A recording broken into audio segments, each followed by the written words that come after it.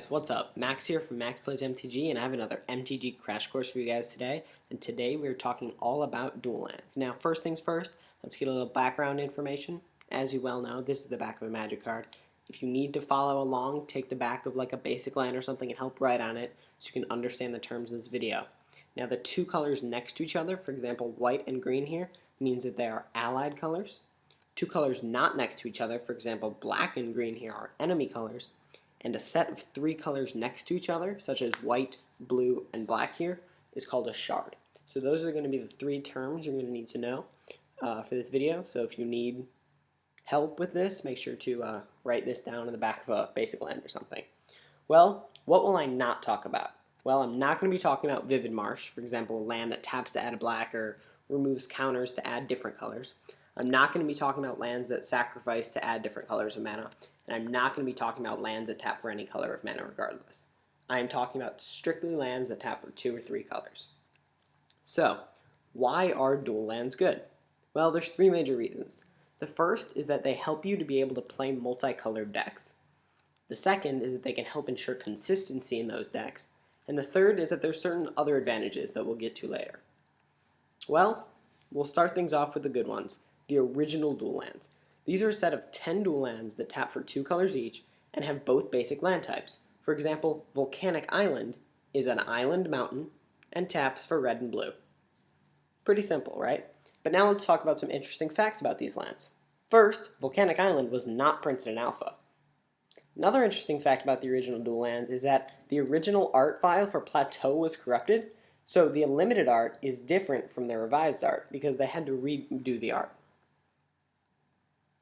Also, the art for the original dual lands have been redone for the Magic Online Cube Draft, and our Volcanic Island is today's background. So, let's go into another category, the Pain Lands. Now, there's 3 types of Pain Lands throughout Magic's history. We have the Ice Age Pain Lands, the Tempest Pain Lands, and the Apocalypse Pain Lands.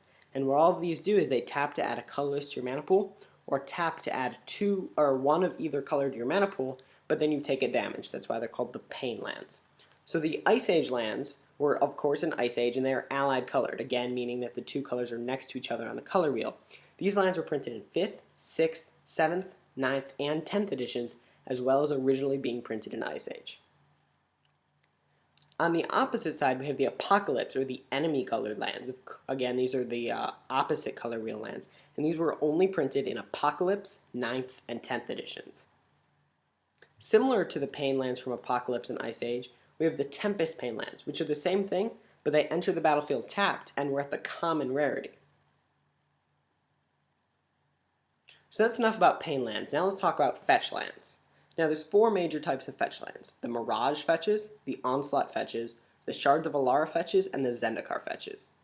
Now the Mirage fetches were originally printed in Mirage and entered the battlefield tapped and sacrificed to search for a land of any allied color combination. So Bad River searches for blue and black, Floodplain for blue and white, and etc. Now, another interesting fact about these is some of these fetches, such as Floodplain and Grasslands, have been reprinted in beginner sets because they're easy to learn and they have a topic that everyone can understand. Now, another type of fetch land is the Onslaught fetches. You can pay 1 life and sacrifice them in order to search for land of each allied color combination. For example, Windswept Heath searches for green and white, and Bloodstained Mire searches for black and red. Another fun fact about the Onslaught fetches is these are the only cycle of lands that have been re-released as MTG Judge promos, due to their expensive and rare nature. And the third type of fetches were the Shards of Alara fetches. You could pay a colorless and sacrifice them to search for a basic land of the given shard, again those are 3 colors on the color wheel next to each other, and put it onto the battlefield tapped. These never saw really serious constructed play, but they were very good and limited. The 4th and final type of fetch land we're going to talk about are the Zendikar fetches. Now, these are very similar to the Onslaught fetches, except they cover the enemy colors instead of the allied colors, and these are the best modern legal fetch lands. The next type of lands are the Karoo or Bounce lands. Now, the Karoo Bounce lands are a set of 10, all allied and all enemy colored combinations from Ravnica, Guildpact, and Dissension. They enter the battlefield tapped, and when they enter the battlefield, you have to return a land to your hand. And of course, they tap for both colors at the same time. So this is very powerful, making 2 landers essentially produce 3 mana, but they're also negative because if you can destroy a land, you basically get 2 lands in 1.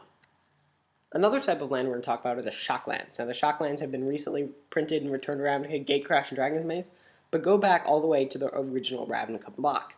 Now, they enter the battlefield tapped unless you pay 2 life, and they tap for either color, ally pairs and enemy pairs, and they have the basic land types. Now, why is it important that they have the basic land types like the original dual lands? Well, that's because you can fetch them with the Onslaught fetches and the Zendikar fetches. Now, that makes them really powerful in Modern and Legacy, where the shock fetch mana base is tries to be consistent, try to get the extra land cards out of your deck. Now, another type of lands we'll talk about are the filter lands. Now, there's 2 major types of filter lands. We have the Odyssey filter lands and the Shadowmoor and Eventide filter lands. Now, the Odyssey filter lands, you may pay a colorless to add each of the allied color combination to your mana pool. So, for example, Mossfire Valley, I can pay a colorless, tap it, and add green and red to your mana pool. So one of the downsides about this is that you can't do anything with them on turn 1, but they also are a dual land that you can use in conjunction with other dual lands for your mana base.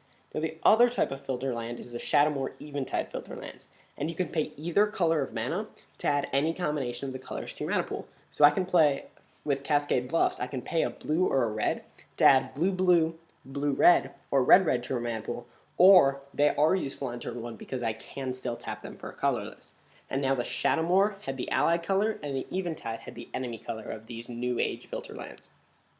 Now, the last thing we're going to be talking about in the first section is the tap lands.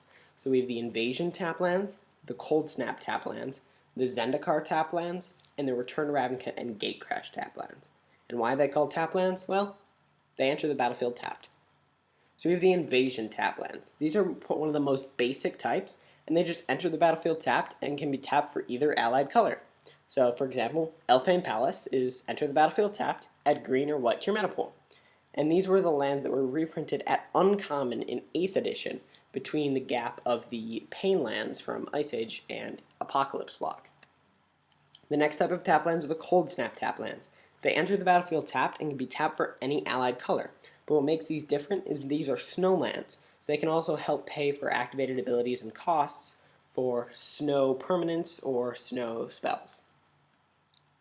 The third type of tap land is the Zendikar tap lands. These were an uncommon cycle that were the same thing as the original Invasion tap lands, but you also gain a life when they enter the battlefield.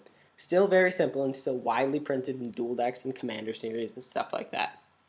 The final set of tap lands is the Return to Ravnica and Gatecrash tap lands. And these enter the battlefield tapped and can be tapped for any of the 10 color combinations. Now, why is this different from the Invasion tap lands and the Zendikar tap lands? Well, that's because they have the subtype gate. So what does that mean?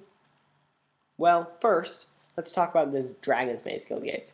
The Dragon's Maze Guild Gates are the same as the original Guild Gates, except they are the only dual land cycle ever to be reprinted in its entirety in the same block. So, how are these different than the Invasion tap lands again? Armory Guard, Crackling Perimeter, Gate Creeper Vine, Gateway Shade, Greenside Watcher, Hold the Gates, Ogre Jailbreaker, Wave the Thief, Maze's End, and the Gatekeepers all say hi. Well, let's talk about the Tri-lands now. There are 2 major types of Tri-lands.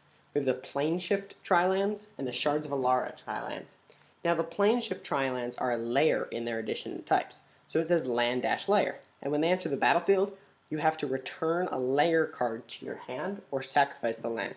And they have both of the shard colors. So for example, Dromer's Cavern has white, blue, and black to your mana pool. And Rith's Grove could add red, green, or white to your mana pool. The other type of Tri-lands are the basic Shards of Alara Tri-lands, which enter the battlefield tapped and can be tapped for any shard color. So Arcane Sanctum adds white, blue, or black, and Jungle Shrine adds red, green, or white.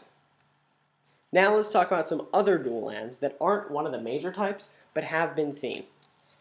The Lorwyn Tribal Lands. Now these lands enter the battlefield tapped unless you reveal a certain creature type for your hand.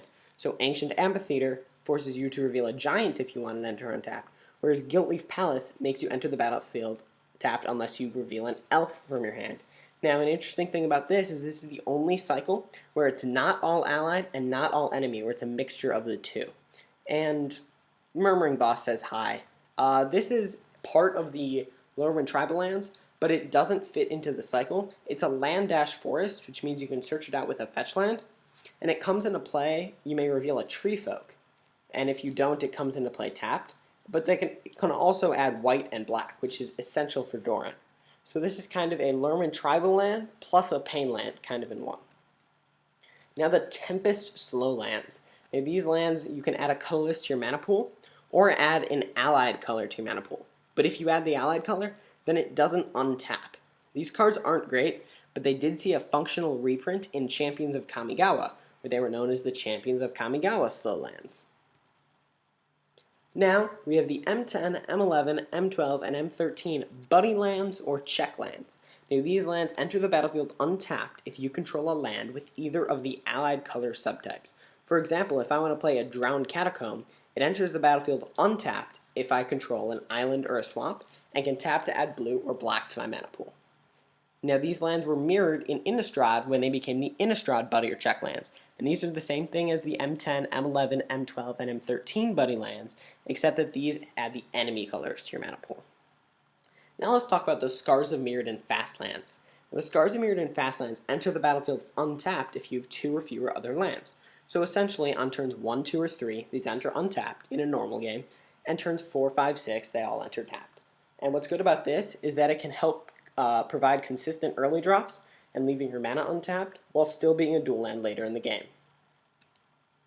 Now let's talk about the Future Sight dual lands. Now the Future Sight dual lands were designed to talk about 5 different futures the dual lands could go into, so these lands all do something different. Now the original hybrid filter land was Gravern Cairns, which tapped to add a colorless to your mana pool, and tapped a black or a red and tapped the Gravern Cairns to add black black, black red, or red red to your mana pool. Sounds familiar, right? Well, this was the only Future Sight duel to date that has been reprinted, and this became the predecessor for the Shadowmoor Eventide filter lands. Now, what other things were in Future Sight? Well, Grove of the Burn Willows taps to add a colorless, or taps to add a red or a green. Now, this tried to do a different aspect on the pain lands, and makes each opponent gain 1 life, which just loves punishing fire in Extended, Legacy, and in Modern until it was banned. Another type of dual land we have here is Rising Canopy. Now you can tap this and pay 1 life like a pain land to add a green or a white to your mana pool, and you can pay a colorless and sacrifice it to draw a card. Now this is really good in some hyper-aggressive decks, because after you use the land and you have nothing to have cards in your hand, you can sacrifice this land in order to help you propel. Another Future Sight dual land was Nimbus Maze. It can tap to add a colorless to your mana pool, tap to add white if you control an island, or tap to add blue if you control a plains. So this was really good in those decks that you needed the mana to be consistent, because whichever one you had, this can control the other. Another type was River of Tears. Now this land taps to add a blue to your mana pool, but if you've played a land this turn, add black to your mana pool instead. So basically it was a game of, okay, I'll tap my River of Tears to add a blue, then play a land. Or you could play a land, then tap the River of Tears for black. So it created a nice little sub-game in there. Another type of dual land was the Torment Tainted lands. Now these lands tap to add a colorless to your mana pool, or if you control a swamp, can add black or the other color to your mana pool. So for example, Tainted Peak added a colorless to your mana pool, or you could tap a black or a red, but only if you have a swamp. Now, what's this? What about the green-white lands, the enemy color to black? Well, those were printed in Judgment, and they were designed to oppose the Torment Tainted lands. So they gave us Riftstone Portal, a land that taps to add colorless to your mana pool, and if it's in your graveyard, your lands tap for green or white. Crow's and Verge, which is like a mini fetch land, but also taps for a colorless. And Nantuko Monastery, a man land that can become a man land when you've green or white. Another type of dual land were the Time Spiral Storage lands. Now, these lands are among the most confusing lands in the game. They tap to add a colorless to your mana pool, or you can tap a colorless and the storage land to put a storage counter on the land. You can pay a colorless to remove any number of storage counters and add a combination of any of these allied colors to your mana pool. Another cycle were the Ice Age Depletion lands. Now these lands tap to add either color to your mana pool, and then it gets a depletion counter. It doesn't untap if it has a depletion counter, and then the depletion counters are removed on upkeep.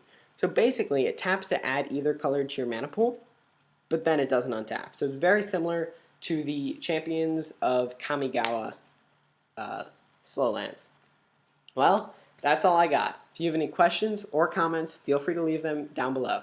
Again, this was a viewer-submitted comment for the topic of this, so if you have any questions or something you'd like me to make a video on, feel free to also leave that in the comment section below. But if you don't, thank you guys very much for watching my MTG Crash Course all about Dual Lands.